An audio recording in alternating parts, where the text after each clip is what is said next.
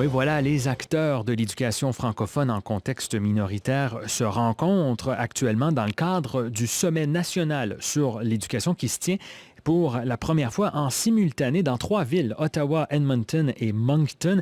Et là, cette année, les participants vont discuter de nouvelles initiatives pour établir finalement le prochain plan stratégique sur l'éducation en langue française et pour connaître un peu où les leaders de ce secteur en sont rendus avec cette discussion. On rejoint donc le premier vice-président de la Fédération nationale des conseils scolaires francophones, M. Mario Pelletier. Bonjour. Bonjour, M. Grégoire. Dites-moi, il y a encore une journée demain de rencontres, de discussions, mais qu'est-ce qui ressort vraiment de vos rencontres, de vos discussions par rapport à ce qui peut être, ce qui peut devenir les priorités vraiment de choses à améliorer en éducation française? Premièrement, merci pour l'invitation, M. Grégoire. Écoutez, on tient présentement notre troisième sommet Agir ensemble pour une éducation à la hauteur de nos aspirations. Comme vous l'avez mentionné en simultané, Ottawa, Edmonton et Moncton. On parle de 325 participants. Tout près de 100 élèves, et de ces 100 élèves-là, 50% viennent de l'Ontario.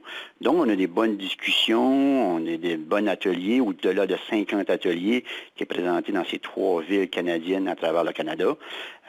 Donc, pour nous, c'est une importance cruciale qu'on ait discuté de l'éducation en langue française en milieu contexte minoritaire. Quel est le rôle ou le pouvoir même, j'ose demander, de votre groupe face à ces ministères de l'éducation dans les provinces canadiennes?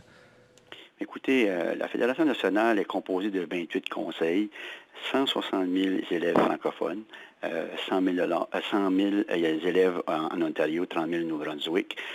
Au niveau des droits de gestion, au niveau des conseils et des commissions scolaires, c'est clair.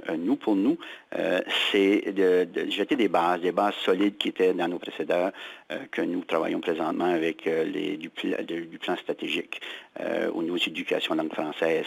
On a des trois composants, trois domaines présentement qu'on travaille aujourd'hui au niveau de discussion des ateliers, que ce soit la pédagogie des apprentissages, la construction identitaire et la diversité culturelle. Ça s'inscrit bien dans notre continuum d'apprentissage tout au long d'une vie d'un individu, qu'on parle de la petite enfance jusqu'au grand âge. Et là, est-ce qu'il y a des mesures, des initiatives que vous suggérez concrètement, que ce soit au conseil scolaire, que ce soit au ministère de l'Éducation, qui découlent justement de ces thèmes prioritaires dont vous venez de parler? Exactement. C'est pour ça qu'on est en préparation depuis un an. On a jeté les bases depuis 2 jours, une troisième journée demain. Nous voulons l'introduire, l'actualiser, notre plan stratégique en éducation en langue française. Donc, tous les intervenants aujourd'hui, on est en discussion, on a des discussions très intéressantes. Moi-même, j'ai assisté à un atelier ce matin avec l'engagement des parents, des très belles pistes de solutions qu'on va pouvoir intégrer avec notre plan. Donc, aujourd'hui, on voit que les discussions sont très positives. Les gens veulent participer au domaine de l'éducation par l'entremise de notre plan stratégique. C'est beau de voir ça. Le résultat, on va l'avoir par la suite au niveau de notre plan stratégique en éducation. C'est un plan de 5 ans, il faut le dire, un plan de 5 ans de 2017 jusqu'en 2022. Mais les bases sont jetées. On voit aujourd'hui l'engouement de tout de ce sommet-là. Notre troisième sommet que je disais tantôt, moi je pense sincèrement tous et chacun ont une participation grande avec l'éducation en français. Ce n'est pas votre premier plan stratégique que vous mettez de l'avant. Il y en avait eu un 2012-2017. Pouvez-vous nous donner peut-être un exemple de ce qui est ressorti, de ce que l'ancien plan a vraiment apporté comme résultat? Bien, écoutez, le dernier plan, on parle de 2012 exactement. Puis, nous, c'est clair de ce plan-là, le sommet qui a eu lieu en 2012 vers une école communautaire citoyenne, au-delà de 200 personnes. On avait misé l'emphase au niveau de l'action communautaire, avec impliqué davantage avec des agents de développement communautaire dans nos régions à travers le Canada. On a eu des grands résultats avec cette participation-là. C'était l'école de Raphaël, quand on parlait de l'école de Raphaël. Donc, une plus grande participation, c'était une base base qu'on avait lancée en 2012. En 2017, on voit les résultats.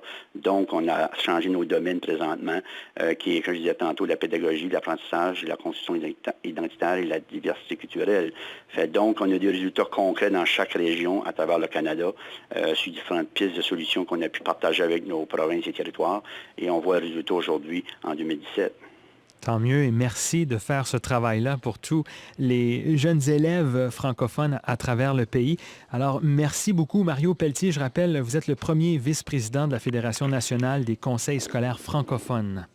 Oui, exactement. Si vous me permettez aussi, un projet qui nous tenait beaucoup à cœur au niveau du 150e à Ottawa présentement, EduExpo, une EduExpo qui se tient à Edmonton, à Moncton et à Ottawa. C'est vraiment une belle exposition. C'est une exposition qui vraiment offre une exposition au niveau de l'histoire, la spécificité, la vitalité, la valeur ajoutée. Donc, elle est accessible à nos participants. Les participants l'ont trouvé très intéressante. C'est une subvention avec Patrimoine canadien qui nous ont supporté là-dedans. Donc, c'est intéressant. Il y a beaucoup de matériel, beaucoup de discussions, beaucoup d'échanges très positifs à travers le Canada. Puis, écoutez, moi, je pense que c'est extrêmement positif. Puis, on va avoir des résultats très concrets dans les prochains mois. Bien, c'est encourageant tout ça. Merci beaucoup, M. Pelletier.